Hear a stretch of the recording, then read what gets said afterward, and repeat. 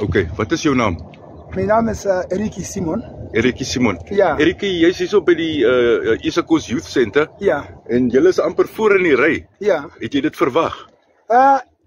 Nee, ik heb het niet verwacht. Ja. Ja, want die manier hoe die mensen gecampaign het, die tijd van die campagne, ja, het redelijk, je kon zien, verschillende partijen, mensen, het redelijk waren vriendelijk, het door die straten gegaan. En nou, die mensen, wat nog op die straten gelopen en gecampaign het, dan zien hulle niet hier, hulle moest ons hier geweest zijn. Nou, wat denk je is hulle?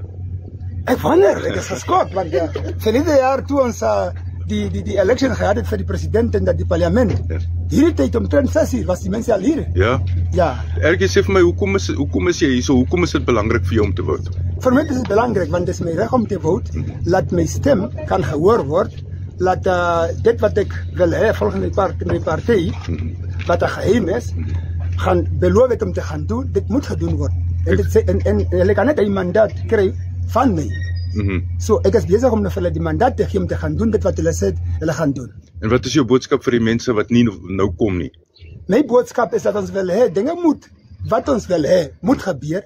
Dit sal net gebeur as ons die regte mense by die posisie sit. En ons sal net vir hulle op die posisie sit deur die stem. Dis hoe dit gedoen word. Daar's nie 'n ander manier nie. So hulle moet kom? Hulle moet kom. Ja. Hulle kan gesê, hulle behoort aan wat ook al party waar hulle behoort, om recht te krijgen wat hulle wil hê, so dit wordt deur die stem gedoen, niks anders nie.